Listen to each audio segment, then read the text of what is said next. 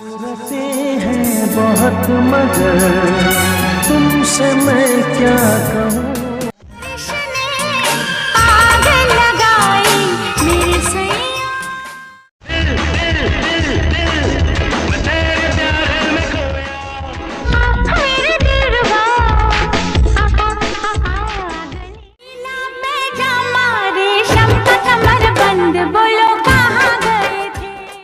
दोस्तों, आज के इस बेहद ही रोचक वीडियो में हम आपके लिए एक बार फिर से लेकर आए हैं आपकी खूबसूरत 90s की यादों के पिटारे में से एक और बहुत ही स्टाइलिश और बेहतरीन एक्शन फिल्म आतिश से जुड़े हुए बहुत सारे अननोन फैक्ट्स के बारे में।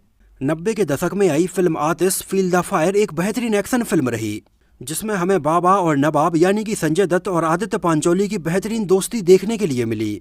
जहां इसमें बाबा और नवाब की दोस्ती ने तो लोगों का दिल जीता ही, लेकिन ये फिल्म और भी कई मायनों में बहुत ज्यादा खास रही। ये फिल्म उस वक्त रिलीज हुई थी जब सन 1993 में हुए मुंबई बम ब्लास्ट के सिलसिले में संजय दत्त जेल में बंद थे। हालांकि उस टाइम तक उनकी फिल्म आतिश की शूटिंग ऑलमोस्ट पूरी कंप्लीट हो चुकी थी। साल 1994 में आई ये बॉलीवुड की ऐसी पहली फिल्म थी जिसमें हमें रियल गन्स दिखाई जाती हैं। फिल्म आतिश का जो क्लाइमैक्स सीन है वो शायद आप सबको बहुत अच्छे से याद होगा। यहाँ पर इसके क्लाइमैक्स सीन में हमें बहुत सारी बंदूकें दिखाई जाती हैं, जहाँ पर संजय दत्त, आदित्य पांचोली, अतुल अग्निहोत्री और शक्ति कपूर ये बंदूकें चलाते हैं। एक्चुअली इसके क्लाइमैक्स में यूज की गई ये सारी बंदूकें बिल्कुल असली बंदूकें थीं। हालांकि ये अलग बात है कि यहाँ पर शूटिंग के टाइम पर इन बंदूकों को बिल्कुल खाली रखा गया था, लेकिन उस टाइम तक ये बॉलीवुड की एकमात्र ऐसी फिल्म थी जिसमें इस तरह से असली बंदूकें दिखाई गई थीं। अगर इसके क्लाइमैक्स सीन में आप इन बंदूकों को और ध्यान से देखेंगे तो ये आपको समझ में आएगा। 90s में जब फिल्म आतिश का अनाउंसमेंट हुआ तब उस टाइम पर इसको लेकर लोगों के मन में बहुत ज्यादा एक्साइटमेंट था, क्योंकि एक तो फिल्म आतिश में उस टाइम की एकदम जबरदस्त स्टार कास्ट रखी गई थी, और दूसरा जब लोगों ने इसके बेहतरीन गाने सुने और प्रोमो के तौर पर इसके बेहतरीन और स्टाइलिश एक्शन सीक्वेंस देखे तो ये उस टाइम पर लोगों को और दूसरी एक्शन फिल्मों के कंपैरिजन में बहुत ज़्यादा स्टाइलिश और बहुत अच्छे लगे। ये फिल्म रिलीज हुई थी 17 जून सन 1994 को, जिस टाइम पर स्कूल में बच्चों की गर्मियों की छुट्टियां चल रही थीं, और 90s के बच्चों के लिए तो उस टाइम पर इसमें वो हर चीज़ थी जो वो देखना चाहते थे। संजय दत्त का बेहतरीन लंबे बालों वाला लुक, उनकी बेहतरीन बॉडी, उनकी बनियान वाले लुक के अलावा इसमें दिखाई गई बाबा और नवाब की गहरी दोस्ती और उनके बीच में डायलॉग्स तो बिल्कुल सोने पर सुहागा रहे। इन दोनों के अलावा इसमें हमें रवीना टंडन, करिश्मा कपूर, अतुल अग्निहोत्री, शक्ति कपूर, गुलशन ग्रोवर, अजीत, तनुजा और कादर खान जैसे एक्टर्स की लंबी चौड़ी स्टार कास्ट नजर आई। ये फिल्म उस वक्त रिलीज हुई जब इसके एक हफ्ते पहले ही रिलीज हुई फिल्में अंत और जय किशन सिनेमा घरों में चल रही थीं, लेकिन जब फिल्म आतिश रिलीज हुई तो ये दोनों ही फिल्में आतिश के सामने बिल्कुल दब गईं। हालांकि फिल्म आतिश के डायरेक्टर थे संजय गुप्ता, जिनकी बतौर डायरेक्टर ये डेब्यू फिल्म थी, और संजय गुप्ता उस टाइम पर बिल्कुल यंग डायरेक्टर थे। जिस टाइम पर उन्होंने फिल्म आतिश को शूट किया उस टाइम पर उनकी एज मात्र 26 साल थी, और फिल्म आतिश के सेट पर ही संजय गुप्ता और संजय दत्त की दोस्ती इतनी ज़्यादा गहरी हो गई कि आगे चलकर इन दोनों ने साथ में बहुत सारी फिल्मों में काम किया, जिनमें जंग, खौफ, कांटे, प्लान, मुसाफिर, जिंदा और शूट आउट एट लोखंडवाला जैसी बहुत सारी फिल्में शामिल रहीं। और शायद संजय गुप्ता ही एक ऐसे डायरेक्टर रहे जिन्होंने संजय दत्त को उनकी इन सारी ही फिल्मों में बहुत ही स्टाइलिश और अलग लुक दिया। जैसे उनकी फिल्म आतिश में रखा गया संजय दत्त का ये स्टाइलिश लुक पूरे 90s में आने वाली उनकी फिल्मों में सबसे अच्छा था। इसके बाद संजय दत्त का बिल्कुल ही अलग लुक हमें देखने के लिए मिला था उनकी फिल्म कांटे में, और जब भी संजय दत्त और संजय गुप्ता इन दोनों ने ही मिलकर साथ में फिल्म बनाई है तो वो बेहतरीन ही बनी है। फिल्म आतिश के लिए कहानी लिखी थी रॉबिन भट्ट और सुजीत सेन ने, और इसके लिए दमदार डायलॉग्स लिखे थे कमलेश पांडे ने। फिल्म को प्रोड्यूस किया था सिप्पी फिल्म्स के बैनर तले जीपी सिप्पी ने, जिन्होंने ही शोले जैसी फिल्म को भी प्रोड्यूस किया था। और फिल्म आतिश में म्यूजिक दिया था 90s के एवरग्रीन और मेलोडियस म्यूजिक कंपोजर नदीम और श्रवण की जोड़ी ने, जिनका उस वक्त ऑडियो कैसेट के ऊपर लिखा हुआ नाम ही इस बात के लिए काफी होता था कि फिल्म का म्यूजिक एल्बम तो जबरदस्त ही होगा। एक्चुअली उस टाइम पर डेब्यू डायरेक्टर संजय गुप्ता की ये पहली डिमांड थी कि फिल्म के लिए म्यूजिक एल्बम नदीम श्रवण ही कंपोज करें, और नदीम श्रवण ने इसके लिए बेहतरीन म्यूजिक एल्बम कंपोज किया, और इसके म्यूजिक एल्बम में टोटल 8 गाने रखे गए। हालांकि उस टाइम पर जब इसकी ऑडियो कैसेट रिलीज की गई तो हमें ये उसमें 8 गाने ही सुनने के लिए मिले थे। हालांकि बाद में आगे चलकर जब लोगों ने सिनेमा घरों में जाकर ये फिल्म देखी तो कुछ गाने वहां पर सुनने के लिए नहीं मिले, जैसे हसरतें हैं बहुत मगर, बारिश ने आग लगाई, ढीला पैजामा। एक्चुअली ये गाने सुनने में तो बहुत अच्छे थे, लेकिन फिल्म की लंबाई को ध्यान में रखते हुए इनको फिल्म से हटा दिया गया था। हालांकि ये गाने आज भी ऑडियो फॉर्मेट में यूट्यूब पर अवेलेबल हैं, आप चाहें तो इन गानों को सुन सकते हैं। इन गानों की लिंक मैं यहाँ पर नीचे डिस्क्रिप्शन बॉक्स में दे दूंगा। और इसके अलावा फिल्म के और दूसरे गाने थे दिल दिल दिल, मैं तेरे प्यार में, खाते हैं हम कसम, आ मेरे दिलरुबा और काश तुम मुझसे एक बार कहो। फिल्म आतिश के म्यूजिक एल्बम को लोगों ने बहुत ज़्यादा पसंद किया और इसमें हमें कुमार सानू, अलका याग्निक, सपना मुखर्जी, साधना सरगम, जॉली मुखर्जी और उदित नारायण की बेहतरीन आवाज़ें सुनने के लिए मिलीं।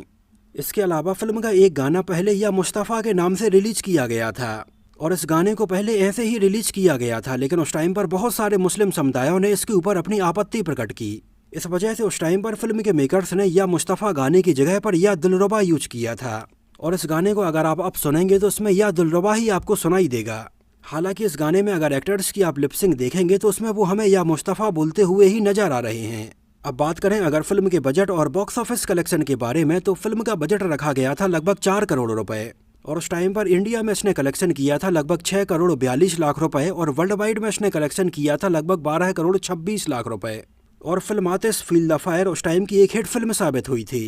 फिल्म को उस टाइम पर लगभग 210 स्क्रीन्स पर रिलीज किया गया था और ये फिल्म सिनेमा घरों में देखने के लिए लगभग 1 करोड़ 17 लाख लोग आए थे।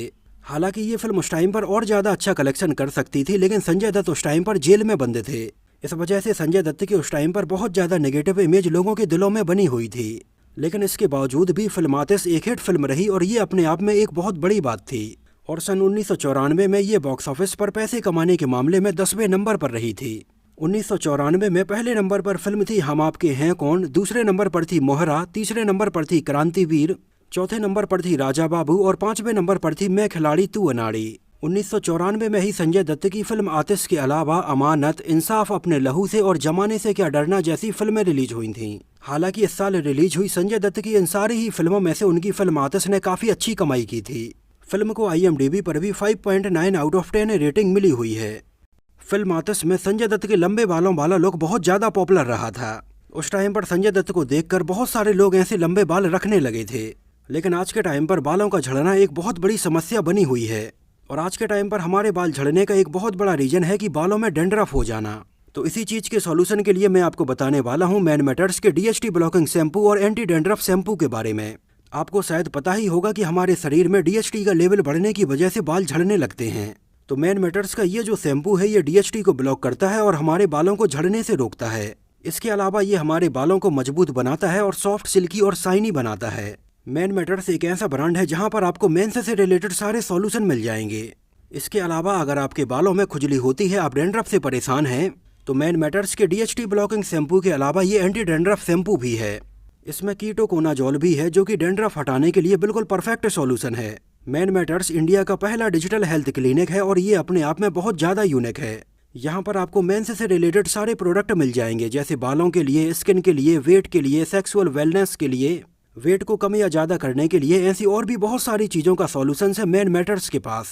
इसके अलावा इसकी सबसे अच्छी चीज़ ये है कि यहाँ पर आप डॉक्टर से भी ऑनलाइन कंसल्ट कर सकते हैं, पिंपल्स के लिए, हेयर फॉल के लिए या किसी और भी चीज़ के लिए। तो नीचे डिस्क्रिप्शन में दी गई लिंक से जाकर आप एक बार मैन मैटर्स के DHT ब्लॉकिंग शैम्पू और इस एंटी डैंड्रफ शैम्पू को जरूर चेक करिए।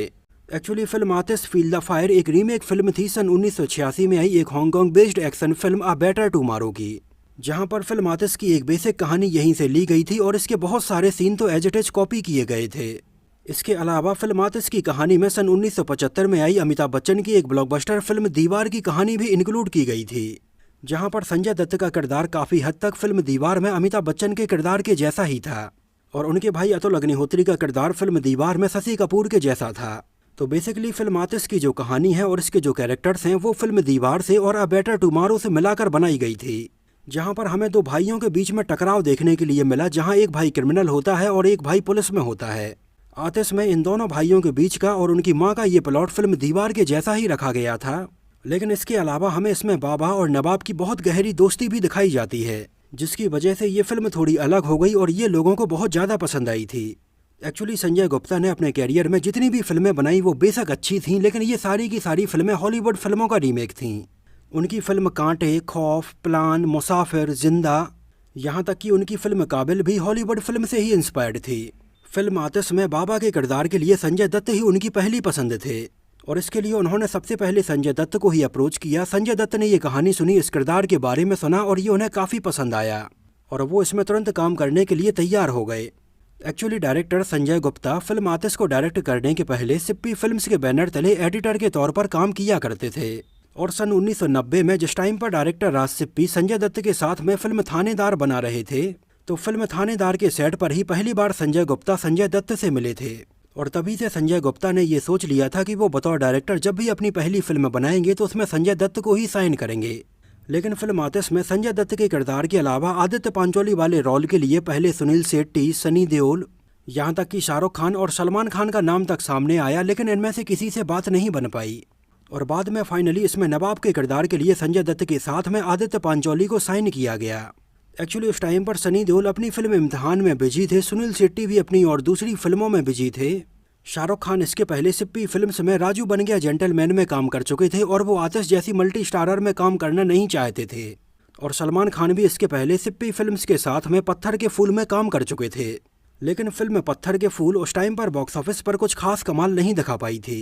उस टाइम पर फिल्म पत्थर के फूल में संजय गुप्ता बतौर एडिटर के तौर पर काम कर रहे थे और सलमान खान से उनकी काफ़ी अच्छी दोस्ती हो गई थी और सलमान खान के घर पर उनका आना जाना लगा रहता था।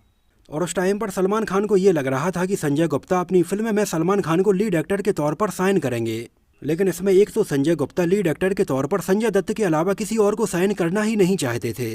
और इसके अलावा दूसरी बात ये थी कि सलमान खान की फिल्म पत्थर के फूल की शूटिंग के टाइम पर इसके प्रोडक्शन हाउस सिप्पी फिल्म से सलमान खान की काफ़ी बहस हो गई थी और फिल्म आतिश भी सिप्पी फिल्म्स के बैनर तले ही बन रही थी। इस वजह से वो सलमान खान को इसमें साइन करना ही नहीं चाहते थे। इस वजह से फाइनली इसमें बाबा और नवाब के किरदारों में संजय दत्त और आदित्य पांचोली को साइन किया गया। इसके अलावा इसमें अतुल अग्निहोत्री वाले किरदार के लिए भी पहले शाहरुख खान और सैफ अली खान जैसे एक्टर्स को अप्रोच किया गया था, लेकिन उस टाइम पर किसी से भी बात नहीं बन पाई और फाइनली इसमें अतुल अग्निहोत्री को साइन किया गया। हालांकि इसमें संजय दत्त और आदित्य पांचोली का काम तो बहुत ही दमदार था, लेकिन अगर अतुल अग्निहोत्री की जगह पर किसी और दूसरे दमदार एक्टर को साइन किया जाता तो ये फिल्म शायद और भी अच्छी होती, क्योंकि इसमें संजय दत्त और अतुल अग्निहोत्री के बीच में रखे गए सीन्स में अतुल अग्निहोत्री उतना इम्पैक्ट नहीं डाल पाते हैं। एक्चुअली सन 1994 में ही अतुल अग्निहोत्री हमें फिल्म आतिश के अलावा क्रांतिवीर और नाराज जैसी फिल्मों में भी नजर आए, लेकिन अतुल अग्निहोत्री की एक्टिंग को लोगों ने कुछ खास पसंद नहीं किया और वो हमें आगे चलकर कुछ और फिल्मों में नजर आए, लेकिन अपनी कुछ अलग पहचान नहीं बना पाए। हालांकि फिल्म आतिश में अतुल अग्निहोत्री और करिश्मा कपूर के ऊपर फिल्म के 2 बेहतरीन गाने फिल्माए गए थे, जो गाने सुनने में और देखने में आज भी बहुत अच्छे लगते हैं। इसके अलावा इसमें बतौर एक्ट्रेस के तौर पर पहले सिप्पी फिल्म्स के साथ में पत्थर के फूल में काम कर चुकी रवीना टंडन को ही साइन किया गया, जो कि इसमें हमें संजय दत्त के अपोजिट नजर आई थीं। लेकिन इसमें रवीना टंडन के अलावा पहले दूसरी एक्ट्रेस के तौर पर पूजा भट्ट को साइन किया गया था, जो कि अतुल अग्निहोत्री के अपोजिट सन 1993 में आई फिल्म सर में भी हमें नजर आ चुकी थीं। यहाँ तक कि फिल्म आतिश की जब मुहूर्त पार्टी रखी गई तब उसमें भी हमें रवीना टंडन के साथ में पूजा भट्ट नजर आ रही थीं और फिल्म के लिए मुहूर्त क्लैप दिया था अमिताभ बच्चन ने। इसमें पूजा भट्ट के साथ में कुछ फोटो शूट भी किए गए, उनके सीन भी फिल्माए गए, लेकिन बाद में उन्हें करिश्मा कपूर से रिप्लेस कर दिया गया था। और मजेदार बात यह थी कि उस टाइम पर रवीना टंडन और करिश्मा कपूर की एक दूसरे से बिल्कुल भी नहीं बनती थी। एक्चुअली ये वो समय था जिस टाइम पर अजय देवगन और करिश्मा कपूर के बीच में प्यार की बहुत सारी खबरें सामने आ रही थीं। ये बात थी अजय देवगन और करिश्मा कपूर की फिल्म जिगर के आसपास की, लेकिन आगे चलकर फिल्म दिलवाले के टाइम पर रवीना टंडन और अजय देवगन के बीच में भी ऐसी बहुत सारी खबरें सामने आने लगी थीं और यही एक रीजन था कि उन 3 से 4 सालों में रवीना टंडन और करिश्मा कपूर के बीच में बिल्कुल भी नहीं बनी। उस टाइम पर इन दोनों के बीच में काफ़ी बहस चलती रहती थी और यही वो समय था जिस टाइम पर इन दोनों को फिल्म आतिश के अलावा अंदाज अपना अपना में भी एक साथ साइन किया गया था। लेकिन शायद ये बात जानकर आपको हैरानी होगी कि इन दोनों ही फिल्म की शूटिंग के टाइम पर ये दोनों एक दूसरे से बिल्कुल बात तक नहीं करती थीं। फिल्म अंदाज अपना अपना के सेट पर तो आमिर खान और सलमान खान ने बहुत ज़्यादा कोशिश की कि ये दोनों एक दूसरे से अच्छे से बात करें, लेकिन उस टाइम पर ऐसा बिल्कुल नहीं हो पाया। इन दोनों ने फिल्म अंदाज अपना अपना के सेट पर एक दूसरे से बिल्कुल बात तक नहीं की और उस टाइम पर सेम ऐसा ही फिल्म आतिश की शूटिंग के दौरान भी हो रहा था। हालांकि फिल्म आतिश में इन दोनों के ही बहुत ज़्यादा सीन तो साथ में नहीं थे, लेकिन फिर भी फिल्म आतिश में इन दोनों के साथ में कुछ सीन थे और इन दोनों के ऊपर ही एक गाना भी फिल्माया जाना था। ये गाना था या दिलरुबा या दिलरुबा और उस टाइम पर इस गाने की कोरियोग्राफी कर रही थी फराह खान। उस टाइम पर फिल्म आतिश के इस गाने की शूटिंग के दौरान का एक किस्सा आगे चलकर फराह खान ने कॉफ़ी विद करण में शेयर भी किया था। फराह खान ने बताया कि फिल्म आतिश की शूटिंग के दौरान रवीना टंडन और करिश्मा कपूर की एक दूसरे से काफ़ी बहस होती थी। यहाँ तक कि जिस टाइम पर फिल्म आतिश के इस गाने को कोरियोग्राफ करना था तो इस गाने की शूटिंग के पहले ही फराह खान ने देखा कि ये दोनों तो आपस में बिल्कुल गुत्थम गुत्थी करने में लगी हुई हैं। फराह खान ने बताया कि उस टाइम पर इन दोनों की ही एज बहुत ज़्यादा नहीं थी और इस गाने की शूटिंग के दौरान तो ये दोनों बिल्कुल बच्चों के जैसे लड़ रही थीं। उस टाइम पर आ रही कुछ फिल्मी मैगजीन्स में जैसे स्टारडस्ट में इन दोनों का ही इंटरव्यू छापा गया था, जहां पर अपने इंटरव्यूज में ये दोनों ही एक दूसरे के ऊपर आरोप लगाती हुई नजर आ रही थीं। हालांकि बाद में आगे चलकर तो अजय देवगन की शादी न करिश्मा कपूर से हुई, न रवीना टंडन से हुई, उनकी शादी हो गई काजोल से, जिनको लेकर ही रवीना टंडन और करिश्मा कपूर के बीच में हमेशा बहस होती रहती थी। और आगे चलकर जब अजय देवगन की ही शादी हो गई तो इन दोनों के बीच में भी ये बहस धीरे धीरे शांत हो गई। दोस्तों, फिल्म आतिश से जुड़े हुए किस्से और अननोन फैक्ट्स अभी बहुत सारे हैं, लेकिन ये वीडियो काफ़ी बड़ा हो रहा है, तो इससे जुड़े हुए बाकी अननोन फैक्ट्स के बारे में हम इसके पार्ट 2 में बात करेंगे, जो और भी ज़्यादा इंटरेस्टिंग और मज़ेदार होगा। और फिल्म आतिश के बारे में आपको वो चीज़ें जानने के लिए मिलेंगी जो आप नहीं जानते हैं। तो इसके पार्ट 2 को आप देखना ना भूलिए। बहुत जल्दी आपसे मुलाकात होगी इसके पार्ट 2 में। तो दोस्तों, आपको फिल्म आतिश कैसी लगी थी, इसके बारे में आपका क्या कहना है, हमें कमेंट सेक्शन में ज़रूर बताना। और अगर आपने फिल्म आतिश को सिनेमा घर में देखा है तो हमें सिनेमा घर का नाम और शहर का नाम भी ज़रूर मेंशन करना। तो इस वीडियो में इतना ही। अगर ये वीडियो आपको पसंद आया हो, मेरी मेहनत आपको पसंद आई हो, तो इसको प्लीज़ लाइक करके मुझे इस बात का जवाब ज़रूर दीजिए। और नीचे डिस्क्रिप्शन में दी गई लिंक पर जाकर एक बार मैन मैटर्स के प्रोडक्ट को ज़रूर चेक करके देखिए। तो मिलते हैं किसी नए वीडियो में बॉलीवुड फिल्मों से जुड़ी हुई कुछ और ऐसी ही इंटरेस्टिंग और रोचक बातों के साथ।